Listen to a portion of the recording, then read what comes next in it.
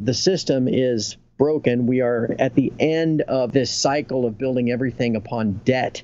We are at that point where the exponential growth of the debt makes it unsustainable. We must be utilizing this time to prepare for this certainty, a new era that no one has really seen before, of significant inflation, a very weak currency, a lack of jobs, a lack of growth. I mean, all of these things are coming, and people need to be utilizing this time to prepare for that. Unfortunately, not many people are. As a responsible person with growing concerns for your privacy and personal liberty, you want to know where we're headed and what you can do about it. We ask the experts what you need to do to take prudent and responsible action to safeguard your family's wealth and well-being, and what basic first steps will help you to be aware and prepared. ReluctantPreppers.com. Welcome back, Reluctant Preppers. Today our special guest is Craig Hemke, otherwise known as Turd Ferguson, founder of the TF Metals Report, extremely popular online blog and environment where people find out about what's really going on in the world of precious metals. Welcome and joining us here on Reluctant Preppers, Turd.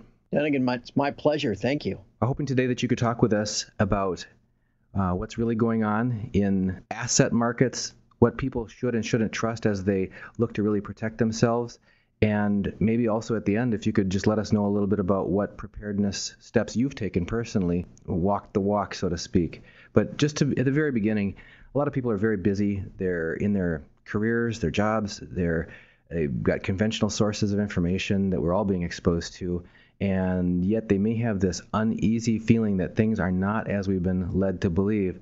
So could you speak a little bit to that reality that people are facing, what it may be that they're sensing, and some of the facts that you know that are going on in that arena?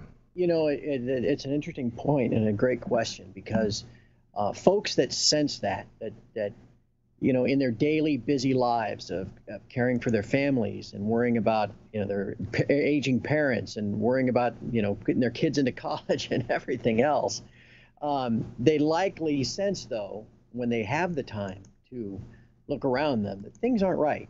You know, ever since the great financial collapse in 2008, I mean, here we're still talking about, hey, it's finally a recovery 6 years later. And that kind of promotes a general sense of unease for a lot of folks. What I can kind of add from my perspective is that I was in that same boat. I spent the better part of 20 years as a somehow related to the securities industry, as a stockbroker in what they call a wholesale of mutual funds, always tied very closely in with the markets and the economy. I have a degree in economics. I mean, all of this stuff. And so I bought it hook, line, and sinker all the way through about 2008. And it was at that point that I finally had a chance to really sit down and devote some mental energy into what was really going on. And so I guess what I'm saying is I was just the exact same as anybody else that might be listening and thinking, you know, wondering what is really going on and feeling uneasy about it. That's where I was in 2008. I just have had the benefit of being able to spend a lot of time just observing and thinking, and it really was a very eye-opening experience. And what I found is that it really isn't true at this point. What you read and what you are told in the financial media is all, I guess, what we like to call mope or spin, mope being a management of perceptions, MOP, and that Ben Bernanke and all of these folks that set monetary policy and run the Fed are big believers of what they call the wealth effect. That's something folks can Google if they want to, you know, find out more of what that means. And the wealth effect is this idea that if everybody can kind of feel like everything's going well, if you sense that you see that your 401k balance is going up, that everybody's going to feel great and things are just going to get better, and it's going to be this virtuous cycle. Since the economy has been kind of moribund and all the banks have been zombies since 2008, this mope, this spin that everything is just great and go out and buy yourself a new refrigerator has really taken hold. As part of all of that is the gross manipulation now of nearly every I guess we'll call it market. All right. All the way down to the stock market. There's no attachment to fundamental reality in the stock market. And a lot of folks go, gosh, why does the stock market keep going up every day? Everybody's going to, if you're listening, think, oh, that's just some kind of conspiracy theory. No, it's not. This is how it works. The Fed has their network of primary dealer banks. Those banks, like Goldman Sachs and Morgan Stanley, are getting a cash infusion on a daily basis that we call quantitative easing. And part of that money is going directly into the stock market, buying highly leveraged things, derivatives, futures contracts, to keep pushing it higher, all in the grand scheme of this wealth effect, to create this illusion that all is well, when in fact all is not. And so when people see the stock market going up and may take action, such as saying, doing more consumer spending, taking on more debt, that sort of thing, because of that, that's not necessarily acting in concert with the underlying health of the real economy or their best way of reducing risk for their family. So where else should they be looking? What else is really going on, and what other options should they be considering? Well, another thing that people need to understand, the gross, I guess we'll call it the median income of the U.S.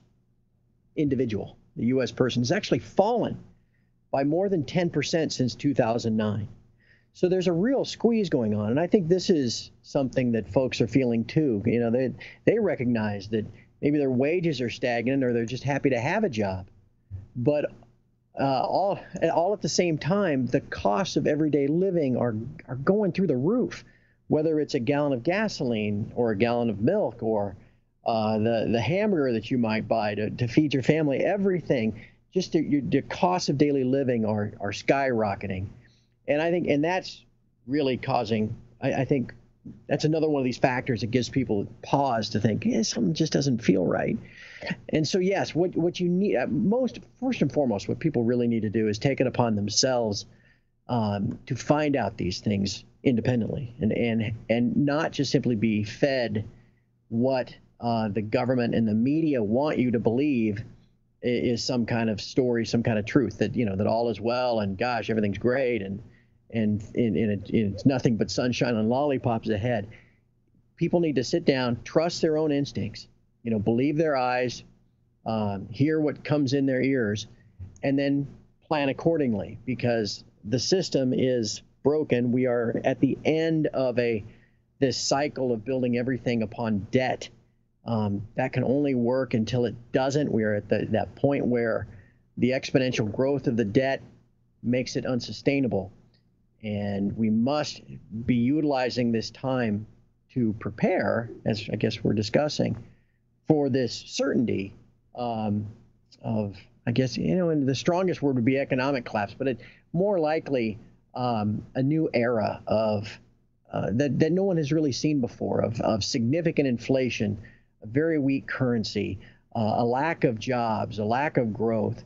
I mean, all of these things are coming, and people need to be utilizing this time to prepare for that. And unfortunately, not many people are. So what are some specific steps that the average person can take to get started? It can seem daunting if you haven't stepped out of the conventional paradigm that we're all walking in lockstep in this modern culture. So what are some basic steps that people can take that don't seem overwhelming at first, just to get started? From a financial standpoint, you just have to expect, like I said, significant cost of living increases as we go forward. And so even if you don't have a lot of savings, even if you're not sitting on a $500,000 401k, you can protect yourself from that by I don't know when I say stockpiling or storing, but buying now at a cheaper price. If that means instead of buying just one new coat for your kids in anticipation of next winter, buy two. Because by the winter of 2016, things are probably going to be even more expensive than they are today. If it means instead of buying, if you have access to this, instead of buying a hamburger a pound at a time, buy it bulk and put it in a freezer in your basement. I mean, there are a number of things just on the very basic level that people can do to not only protect themselves financially, but also prepare in case something more cataclysmic happens. from a financial protection standpoint, this is the thing we mainly discuss at TF Metals Report. It is imperative that you have physical gold and physical silver, not shares of an ETF or gold held in an account somewhere that you don't know where it is or you can't see it. Talking about the actual metal, whether it's gold coins, silver bars. This does two separate things for you. One, it is a store of wealth. Gold has been sound money and a store of wealth for quite literally millennia. Going back, to the Egyptians, you'll find references to gold and its use as money. The same is true now. You want to own gold as a protection against the devaluation and destruction of this dollar-based system that the world has used now for 70 years. You want to own silver, though, too, for the same reasons. But silver also protects your purchasing power. And in the event of a disorderly societal unrest type of situation, which is certainly possible, silver can be very valuable just because it's in much smaller denominations. Silver can be very valuable even all the way down at the barter level. Not saying that that's a certainty, but, something happens where there's a bank holiday, there's a run on cash, that type of thing. Having silver on hand, physical silver and physical gold, can also serve you just in terms of being able to acquire everyday goods. So precious metal is a significant part of your preparation for these events that are most certainly coming. Are there any other preparatory steps that you would either recommend or that you've done personally that you could share with our viewers? Well, I do. I don't store a lot of food. There are people you see on TV, with 3 and 4 years worth of water and food, and all that kind of stuff in a bunker. I don't have that, but I'm also not living day to day out of the pantry either. So you do that. I would really make sure you have something like a Berkey water filter and a bunch of extra filters, because if there were ever some type of situation where your grid collapsed, or heck, just a tornado went through your town, and you had a lack or not access to fresh water for 3 or 4 days, you're going to want something like that. We talk about your guaranteed, your insurance of precious metal, not only of protecting the purchasing power and as a store of wealth. That's obviously very significant too. But I got to tell you, all the way down, I would never have even considered 6-7 years ago being a gun owner and I guess what's the word I'm looking for? Not fluent, but practiced and accurate. Sure, a marksman. Yeah, there you go. I would never have thought of that. Again, it's not, I'm not a gun owner and an ammunition owner for that gun in preparation of, having to set up sandbags at the end of my driveway, and all that kind of stuff. Right. But, we've seen, there have been psychological studies done that if there are ever disasters, for the first 24 hours or so, everybody gets along fine. And everything's fine. After 48 hours, people start to get a little nervous that maybe no one's coming to help. And by 72 hours, everything falls apart. God forbid there's some type of war or, EMP event or something. All these things that are, the odds are stacked astronomically against it.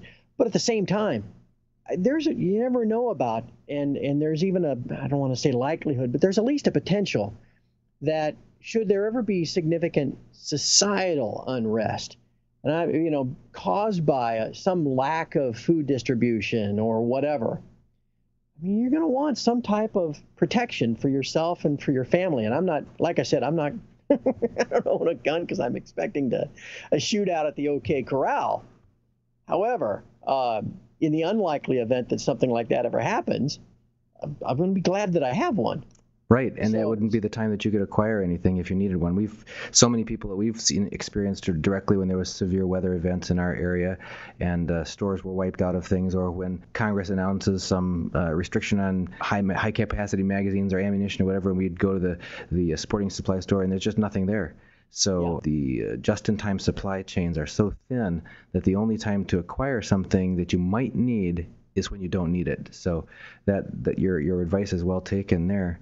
And I know that your time is short and we need to let you go, and we'll have to have you back on. But before we do, can you let people know how they can find out more about your work if they would like to hear more of what your advice and your things you have to say?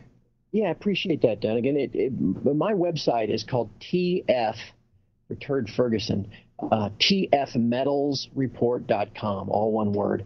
Kind of like my background of kind of stumbling into this 5-6 years ago, recognizing that things weren't right.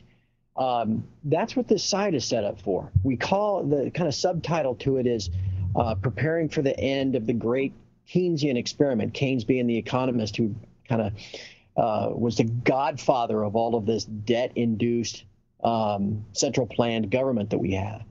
And that's all coming to an end. And so the site is built on that notion that we're all here to help each other. So as opposed to your regular internet site where, it's sniping and people calling each other names it's just not.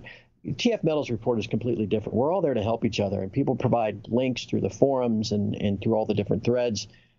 And there's just some great forums and threads that discuss disaster preparation and financial preparation too. So I'd encourage anybody listening to at least come check it out. Again, tfmetalsreport.com, and it's a different place, and I think most folks will enjoy being a part of it. We'll encourage our viewers to check that out. We'll include a link to your website in the description of this video. Craig Hemke, thank you for being with us today. We'll have to have you back again here on Reluctant Preppers in the near future. Don, again, it was an honor and a pleasure. Thank you very much. Have a great weekend. Thank you.